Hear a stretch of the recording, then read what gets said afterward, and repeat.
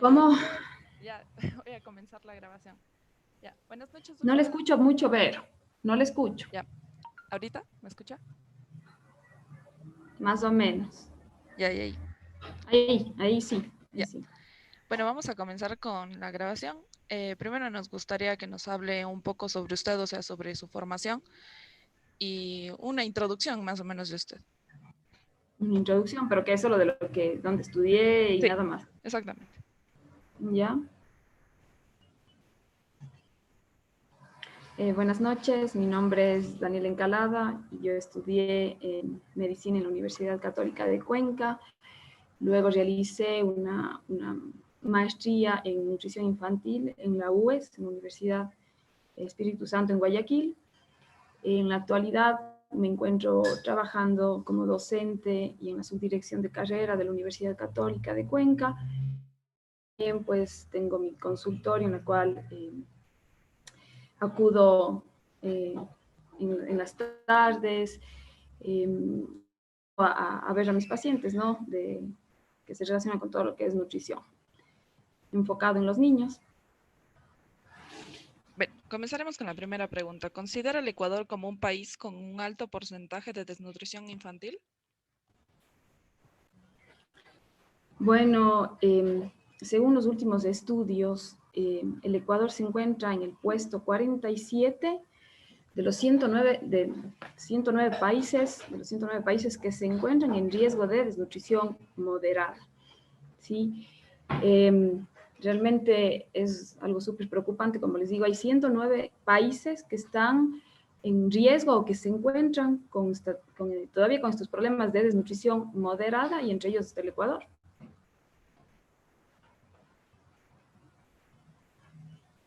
Bueno, vamos con la segunda pregunta. ¿Qué factor socioeconómico es el que más, o sea, usted considera que se podría resaltar dentro del país para tener un alto índice de desnutrición?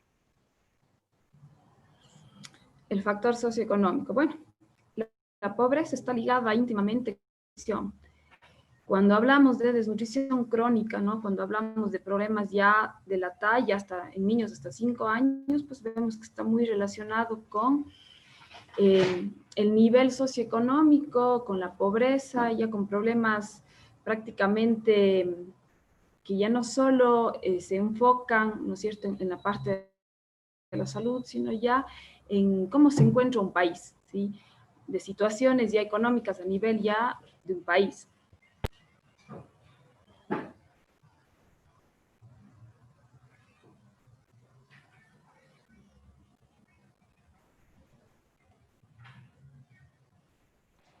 Me toca.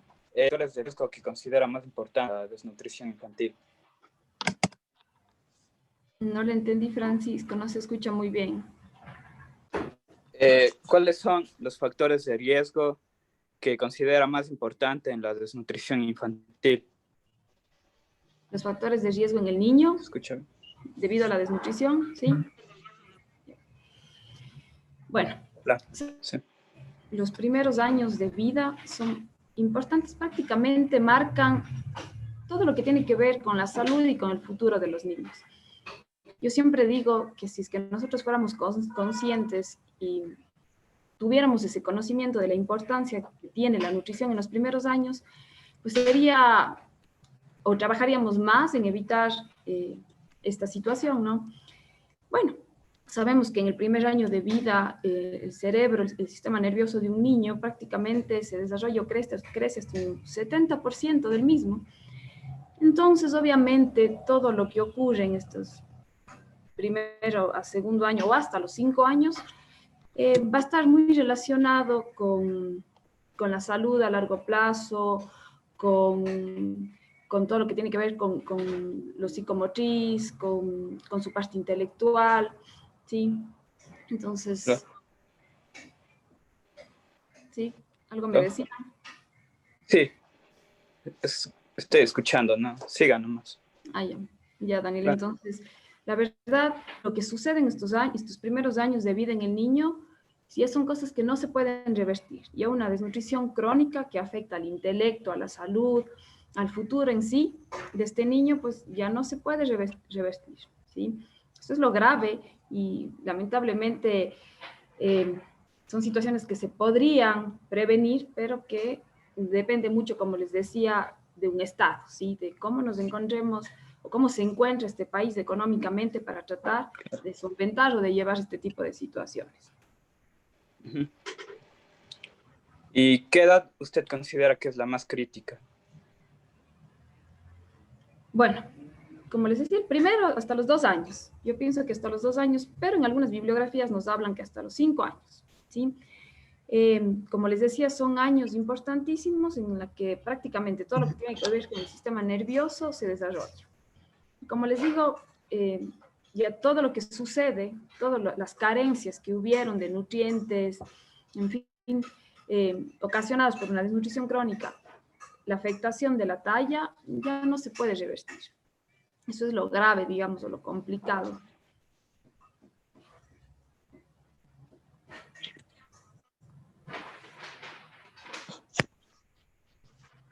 Yeah. Sí. Entonces, ¿cuáles serían las consecuencias de no tener un buen estado nutricional a tiempo? Bueno, como les decía, afecta a la parte intelectual. ¿Sí? Un niño que no está bien nutrido es un niño que no va a tener todas las capacidades, ¿no es cierto?, para poder asimilar, para poder aprender, para poder razonar.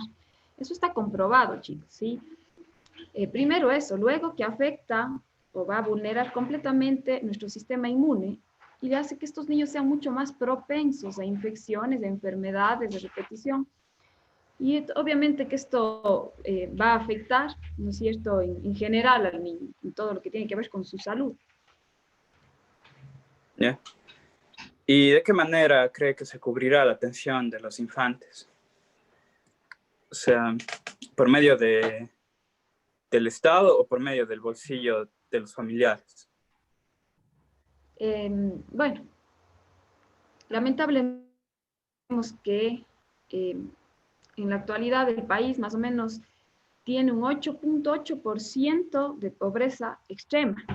¿A qué nos referimos? A que no van a tener ni siquiera, ¿no es cierto?, el ingreso mínimo para una canasta básica o para que se pueda llevar lo mínimo de calorías que un niño necesita para estar bien, para estar sano y para poder crecer. Entonces, lamentablemente, ya no depende mucho, como les decía, del núcleo familiar en sí, sino ya depende de toda una sociedad, de todo un sistema, en este caso de un país, en la que lamentablemente la equidad no es lo que le caracteriza, hay mucha gente pobre y la pobreza es la principal causa de las consecuencias que esto trae, ¿no?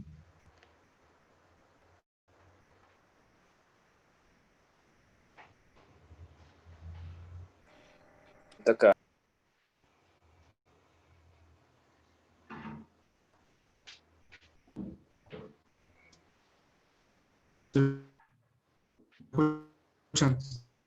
No, Geoffrey, no le escucho bien.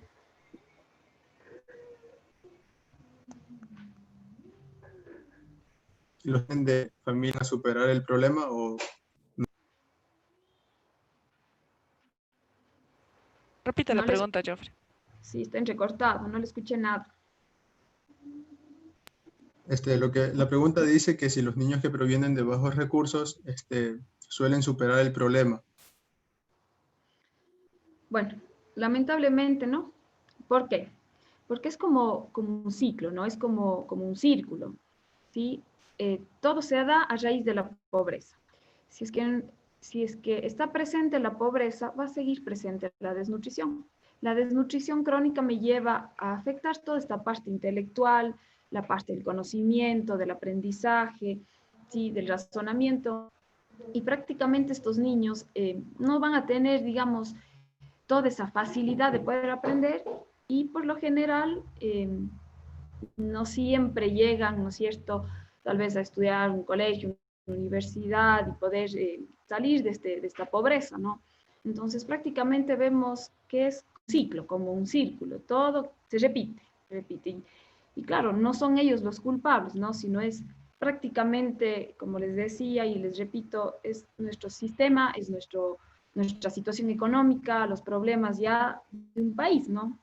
Que todavía no puede despegar y no puede ayudarnos a que podamos salir con esto de la pobreza. No podemos erradicar hasta este momento, ni siquiera llegar a lo que ellos se plantearon, que ya no recuerdo muy bien cuánto era el porcentaje, y se ponen objetivos para el 2000, si no estoy mal, 35, en poder erradicar esto de la pobreza, pero no, yo le veo complicado, ¿no? Como les digo, en este índice global del hambre, que están 109 países, estamos nosotros, está el Ecuador, porque todavía no ha podido solventar esta situación de pobreza. Listo. La siguiente pregunta es si la desnutrición afecta más a niños o niñas y por qué. Hablando de sexo, niñas o niños, ¿sí? Sí. Bueno, de lo que yo tengo entendido, no tiene una afinidad por ninguno de los sexos, ¿no? A la final o sea, va a afectar en general a los niños. No tiene una inclinación. ¿Y por qué porcentajes, o sea, se iría más? Por ejemplo, las niñas, ¿por qué fuera más a las niñas o a los niños? Por ejemplo, por mi parte sería a las niñas, porque dicen de que no, que las niñas no comen mucho, entonces se va a dar un gran porcentaje de desnutrición en niñas. Entonces, entre La verdad, esos dos sexos. la verdad, que yo sepa que existan estudios donde se vea una diferencia entre niño o niña del grado de desnutrición, la verdad no. Por lo general se habla de una desnutrición en niños, ¿no? Sin diferenciarlo del sexo.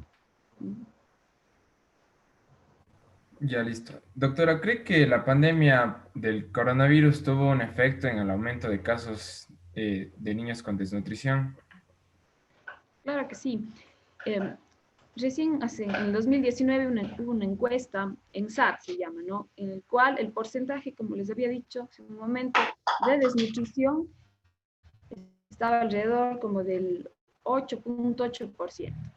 Con esto de la pandemia, sí se estima que más o menos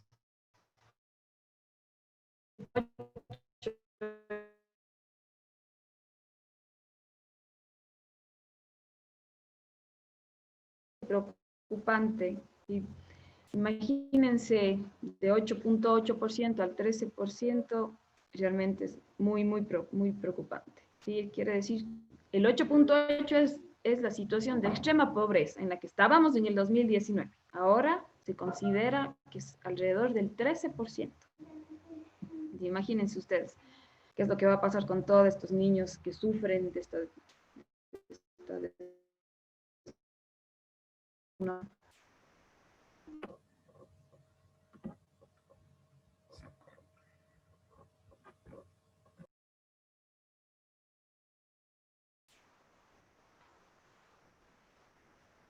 Ya. ¿Cree que esta prevalencia que nos acaba de decir comparten, o sea, Cuenca o están relacionadas todas las provincias o solo es, por ejemplo, Cuenca tiene otra diferente a las demás provincias del Ecuador? Bueno, de lo que es este 8.8 les hablo de manera general, ¿no? La verdad no conozco las cifras en Cuenca del porcentaje de pobreza o de desnutrición que existen en la actualidad. O sea, actualmente no. De lo que conocía es a nivel de país, ¿no? En general. Ya, y tal vez cree que el sueldo básico permita que una familia pueda, o sea, cubrir los gastos, o sea, cubrir los alimentos para un niño que esté pasando por malnutrición, desnutrición, o cree que o sea, es insuficiente o está bien el sueldo básico. A ver, es que eso es muy variable, ¿no? Va a depender mucho del número de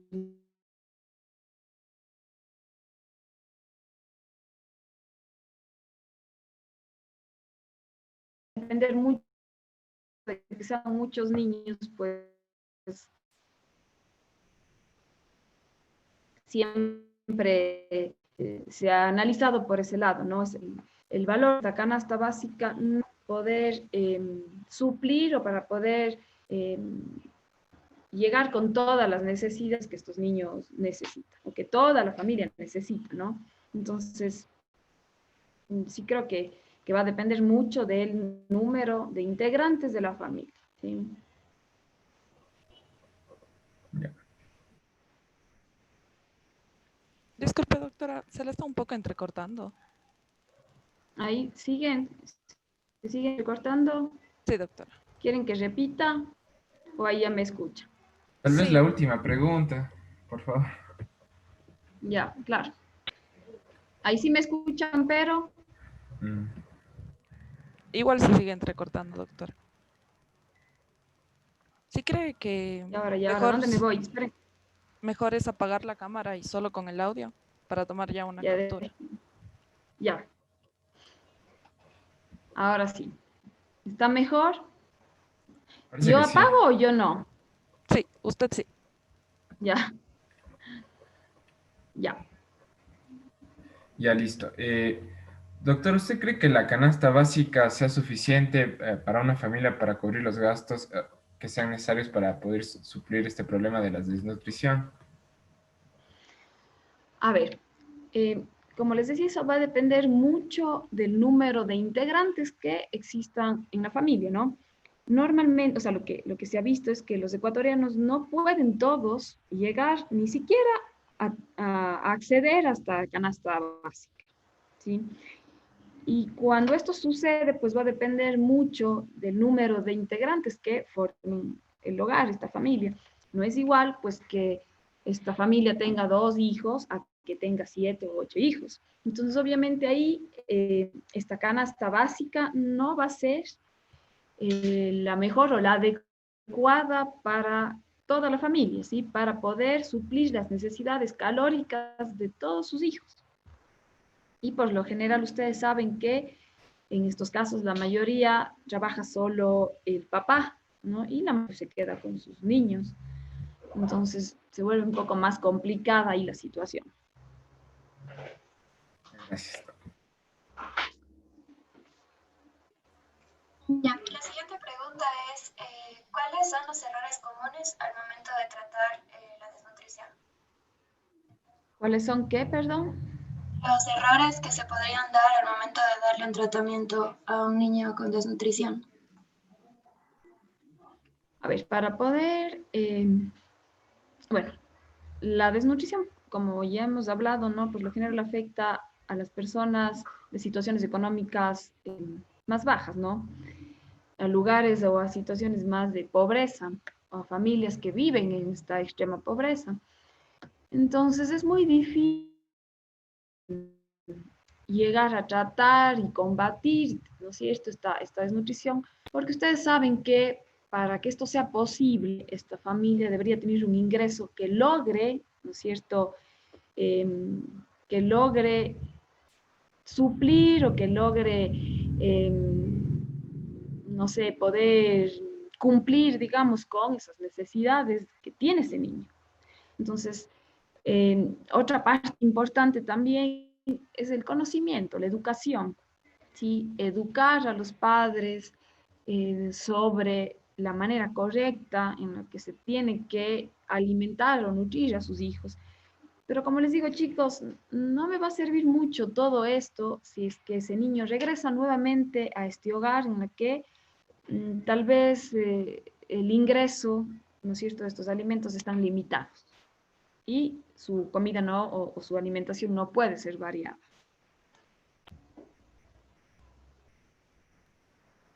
Ya, ¿cómo se puede prevenir la desnutrición infantil en la ciudad de Cuenca o a nivel del Ecuador? Bueno, ustedes saben que el Ecuador tiene muchos proyectos, digamos así, que de cierta manera tratan de ayudar o de enfocarse en estos grupos de vulnerabilidad, pero no se está cortando el problema de raíz, ¿sí? Tal vez les ayudarán con alimentos en las escuelas, bueno, cuando antes podíamos acudir, que las chispas, que la galleta, que era fortificada, y en fin. Pero no es una solución, si ustedes lo analizan, no es una solución o no es un problema que se corte de raíz. Mientras existe esta pobreza, vamos a poder cortar, ¿no es cierto?, esta situación de pobreza que nos lleva a una desnutrición crónica, y como les digo, es un ciclo que se sigue dando y se sigue dando. En Cuenca sé que también hay, bueno, diferentes entidades que ayudan a los más vulnerables, pero chicos, no pueden ayudarle toda la vida, ayudarán una, dos o tres veces, pero no es algo que es constante y que la verdad a la final evite todo este proceso, toda esta situación de desnutrición. Como les digo, y es un problema que nos encontramos en este momento con esta situación económica que no nos deja avanzar, y mientras esto siga presente, pues lamentablemente vamos a seguir teniendo familias en extrema pobreza y niños con desnutrición crónica. Y la última pregunta sería si nos puede ayudar con algún caso dentro de su experiencia, tal vez en el tratamiento o en la ayuda que usted ha tenido con algún niño en estado de nutrición. Bueno, tener tal vez algún caso extremo en el que uno tenga que ingresar, hospitalizar y tratar, la verdad, así extremo no lo he tenido. Aunque ustedes no lo crean, más que casos de desnutrición, en la actualidad últimamente lo que más se ve es un poco de sobrepeso, ¿sí?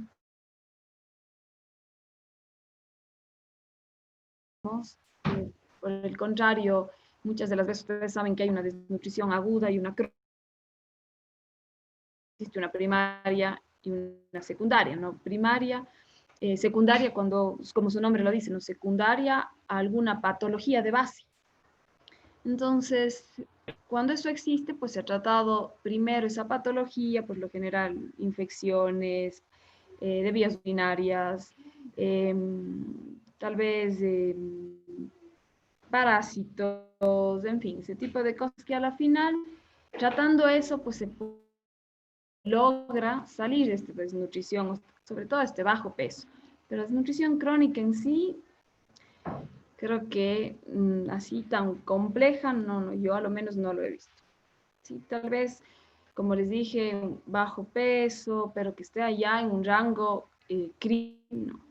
Y en ese caso, pues tenemos que primero enseñar, educar a los padres, y el momento que nosotros educamos a los padres, pues estamos enseñando cómo tiene que ser el plato adecuado para este niño, qué es lo que tiene que comer, qué tenemos que aumentar, ¿no es cierto?, de qué manera podemos